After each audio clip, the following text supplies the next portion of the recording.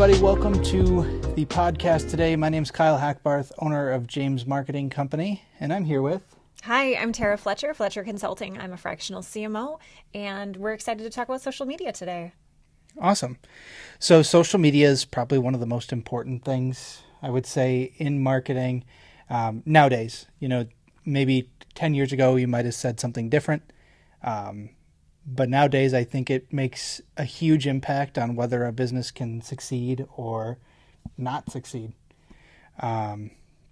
What's kind of your experience kind of helping people from that aspect? Oh, Kyle, I have been doing social media for a minute. I started in 2007, and at that point in time, social media was pretty much just Facebook. That was the only game out there. That was the only thing going on. So things have definitely changed over the years. That being said, social media is still so important today. And regardless of your industry, there's a network out there that's the right fit for you because that's where your customers are, potential customers are. Would you say that for some businesses, social media can be a negative thing for them, or do you think that it all would be a positive thing?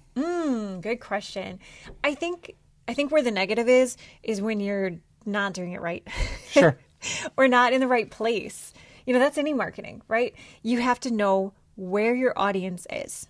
You have to communicate in a way that makes sense for them. It's all about them. And I think that's where the negativity comes in, or the ineffective social media comes in, is when people make social media about them and about what they want to say rather than thinking of how they can help their clients. Okay. So when choosing or when working with certain clients, so you work a lot with the manufacturing clients, how would you pitch to them, you know, as far as that social media aspect? Because obviously there's many different parts to marketing and helping that business development. But I mean, what does that look like for somebody in manufacturing? Good question. Well, the first step is always to start with an evaluation of where they're at. What is their current presence? What is the visibility of their website? What social media might they already be on? Or what is their audience on? Who is talking about them on what networks? It always starts with that evaluation to know where their current reputation is, what their level is, before they decide they want to take part in that conversation. I liken it to going to a party. You don't just walk into a party and start talking about yourself. You walk in, you listen, you check things out, you see who's there, what are they talking about, then you join the conversation. So it's a thoughtful process. It's not just a quick, we're going to try out this social network today. Okay.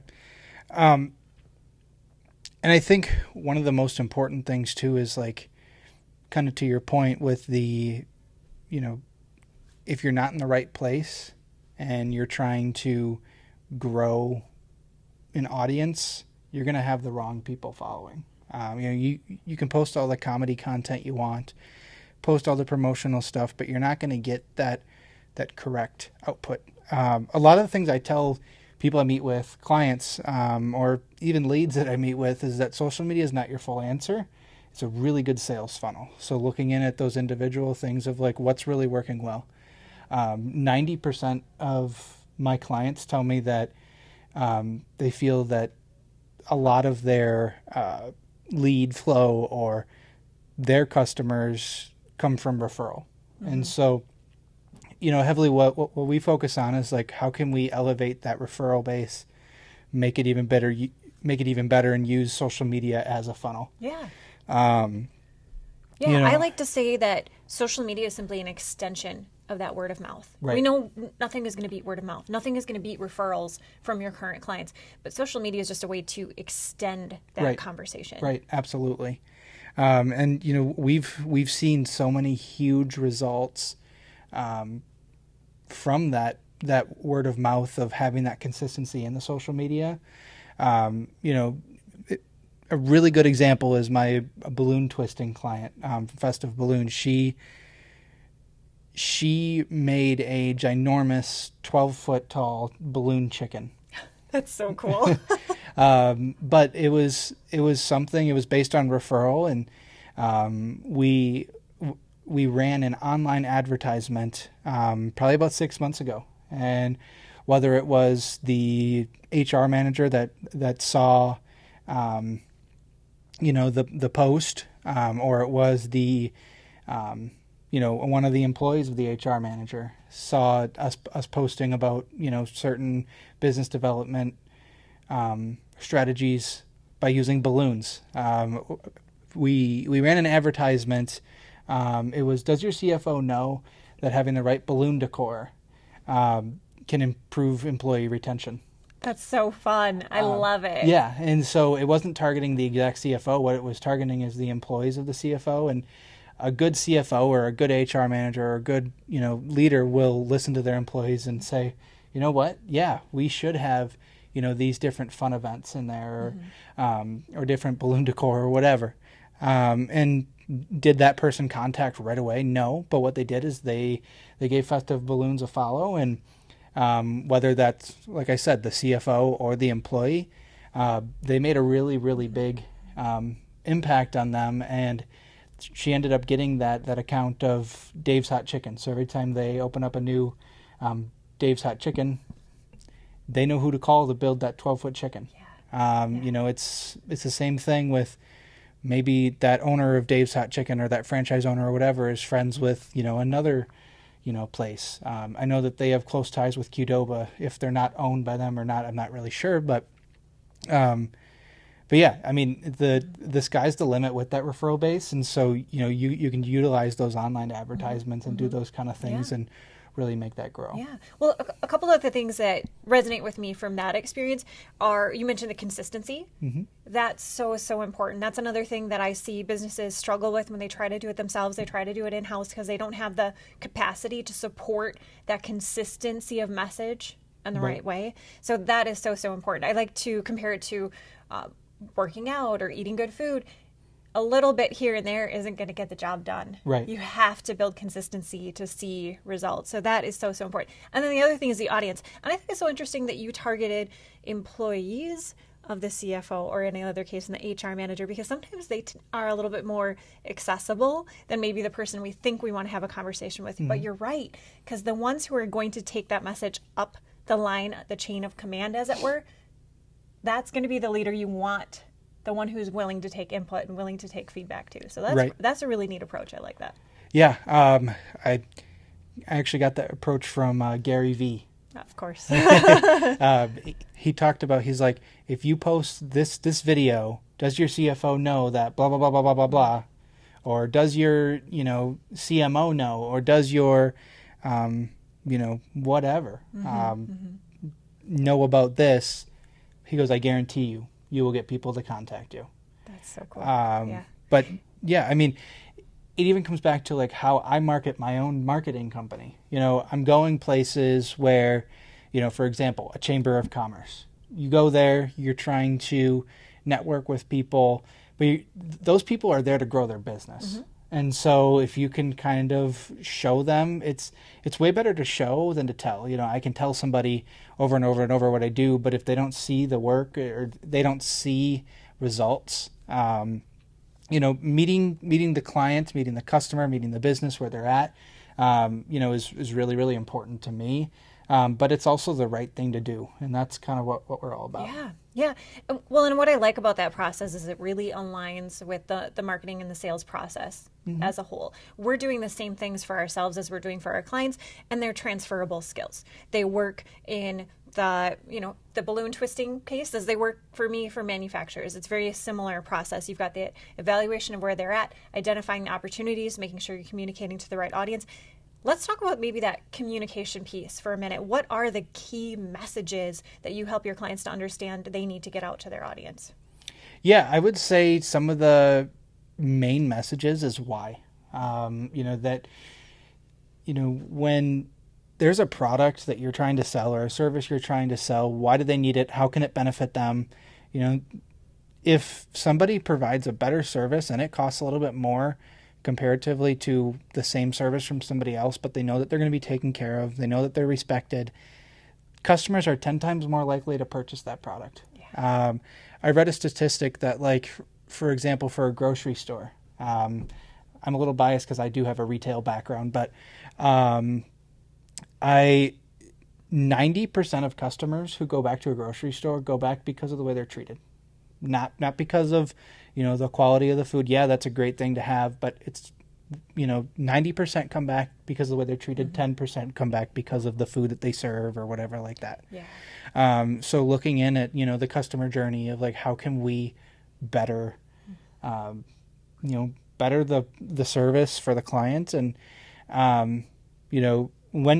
when you really look at it from a business owner, like a business owner perspective, would you rather, be the tortoise or the hare, where, like it may take a little bit longer to perfect those processes, but once you get that process dialed in and everybody understands the process, that's a real special skill to have, but it changes everything. And so it's almost like, yeah, I run a social media management company. Yeah, I run a marketing company, but it's almost like process improvement of like, how can we make these processes more convenient for the customer to be able to help, their company grow in general. And a lot of people don't realize that. Yeah. Yeah, well, you're right. The quality of the product, the quality of the service, whatever it is our offer is, that's the bare minimum point of entry. Right. People will not, you're not going to stay in business if you don't do that. So the other stuff, the service that you mentioned, the interaction, the personal care, those are the messages that we need to communicate. Those are the differentiators, not even necessarily the product itself. Right. And I think a lot of companies, so there's 3 things that companies can be good at. That's your service, your price, your speed. Looking in at those 3 things, what 2 are you really going to excel at? Those are some of the most important, things to look at. The other thing too is like when you're trying to increase revenue, or you're trying to look at how to better market yourself, the best thing to do is look at what are 7 channels that you can use, whether it's, a physical channel, like, a poster or whatever like that, or it's a YouTube channel or a Instagram channel or whatever. Looking in at those individual things, what works best for you, what ones can you use, but then also making sure that you're really looking at the metrics of like, okay, these posters are working really good for me, so I'm going to spend a good amount of time on this, but I'm still going to do the YouTube, which might not be doing as well for me, because having those individual things, even if you spend 5% of your time on that YouTube, that still can equivalent to either helping somebody, which cements you more as an expert, or can possibly even be a lead gen. Yeah. But so many people say, okay, well, maybe these blogs are working really, really good for me, so I'm going to stop doing, video content. Probably not the best idea. Yeah, because people consume content in different ways. We have different learning styles. We have different preferences for how we want to take in content. And I agree, you have to have multiple channels. And sometimes all it takes is one good conversion for it to be worth it. I don't have a ton of followers on my YouTube channel, but the people who watch my YouTube videos, they're the ones who reach out. They're the ones who actually contact me and make a purchasing decision, because that's down further in the funnel than a casual social media impression or something that they might have there. When they're watching and they're getting that content, and they're like, oh yeah, Terra knows her stuff, that's who we're going to hire. That fits in that funnel, in that place for me personally. Yeah. What would you say that makes you stand out comparatively to other people in your field? Well, one thing is that I'm pretty specialized. I work primarily with business to business, manufacturing in particular, and I work with clients who are going through a big transition, whether it's a merger, an acquisition, or a complete rebrand. They're going through some big change. So it's pretty specific in who I work with. So I think that makes me specialized in my field. There's probably not too many other marketing people who have gone through as many mergers and acquisitions that I have in the last 5 years, and I really enjoy it. So I really want to stay in my lane, and I think that everyone should do what they do best and what gets them excited. And I think there's enough room for everyone who's doing that good quality of work. We said that's the bare minimum for entry. I really think there's enough out there. I think my specialization is in who I serve, that I serve them well in those transitional times. Sure. What would you say your biggest success story would be with with some of those? That's a good question. Okay, what gets me excited in working with manufacturers is a lot of them aren't doing a whole lot of anything for their marketing, for their communication. So what I love is I can get them quick wins. I can get them from 0 to 60 usually really fast. And that's what gets me excited, is building that momentum. Once we get to that point, I like to help them either train an internal person to take that over, or help them hire someone who can help to take their marketing to the next level, to keep like that consistency that we talked about. Once we get the strategy, once we got their core messaging, their content pillars, we've got all that stuff figured out and defined what they need to do, then anyone can do that once the strategy is in place. So I like to help get them. So that's always where I get the most satisfaction, is I can show the results, which is also like kind of our fourth step in this process that we've been talking about, how we go through this marketing process. The fourth step is really the measurement and the improvement piece. You know, we talked about how you have to know what's working. You have to know what channels. You have to ask those questions. How did you hear about us? What chose you to go with our company? So you know how to make those decisions. And then in that fourth part of the process, that measurement piece, that proving what you've done has been working. That's, I think, a differentiation for me and for my clients. You know, this is where we were. Here's where we are now. Here's where we're going next to get to that next level. And I think that's the other thing that gets me excited, is I'm never satisfied where I'm at. I'm always reaching for what's next for myself and for my clients, trying to level up and level up and level up.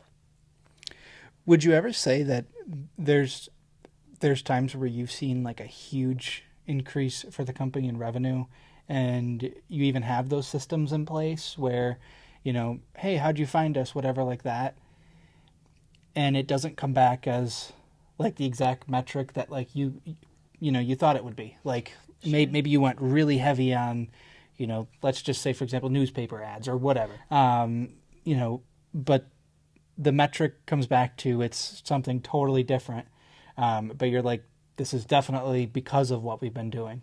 Yeah, I get super nerdy about the analytics. Mm-hmm. I'm very much a creative person. I'm a writer, but I still love the analytics and the numbers piece, because that's where that gold is. That's where you find that information that helps you to keep leveling up. Right. And sometimes it's really surprising. I love to look at what was the last thing people were at before they got to your website. Was it social media? Was it a referral? Was it a pay-per-click ad? You know, what tipped them over to get them on your website? So those are the things that I like to track, to know where those wins are. And the ones that are working, that's where we invest more time. That's where we invest more energy. And maybe it's a social network that we didn't expect. Maybe Right. It was something we didn't spend a lot of time or energy or resources investing in, and it still got really good results. So it has to be that tracking piece. So I love looking at where they came from and what words they used. What words did they use in their search to find your website, to find the company? Did they already know they were searching for your company? Were they just looking for someone who provides your product or services? Those are the kinds of things that I look at. And I give my clients a report every month showing them exactly those things. And that helps us to see, how are we going to get more of those wins the next month? What network are we going to invest in? What keywords are we going to make sure on our blog? Or what kind of videos are we going to produce because they went crazy viral or something? Sure. If I was a new client of yours, what would the first step look like? Back to that evaluation piece. That's where it's always got to start. Always.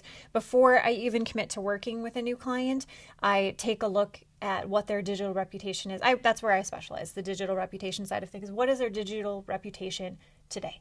What is their ranking? What is their visibility? Who are their followers? Who's their competition? What are their opportunities? It's always taking that temperature before we can decide if I can give them the kind of impact that they would expect. And then I get to know who they are and decide if we align, if my thinking, my philosophy, my marketing strategy aligns, but also if who we are aligns. We talked about this. We like working with people who have values that we share. So I like to look for that alignment with my clients so that we're both going to enjoy the process as well. Not just, get excited about the numbers, but enjoy the process of working together. So let's say there's a company that's going through a huge merger. They're halfway through it. Things are starting to fall apart. How do you help? It's too late. No, no. Honestly, though, I do love if I can be brought in early. If I can Sure. be brought in even in the due diligence phase before a deal has even been done, because you need to have everything in order, everything planned out, so that when the papers are signed, everything's ready to go. So when I work with my clients, that's my favorite. If I can come in the due diligence phase, and I want to say hold their hand through that entire process. I have a system, I have checklists, I have timelines to make sure nothing is missed along the way so that it's not a guessing game. If I'm brought in halfway through the deal, yeah, I'm sure there's opportunity that we can work together to fix where it's at.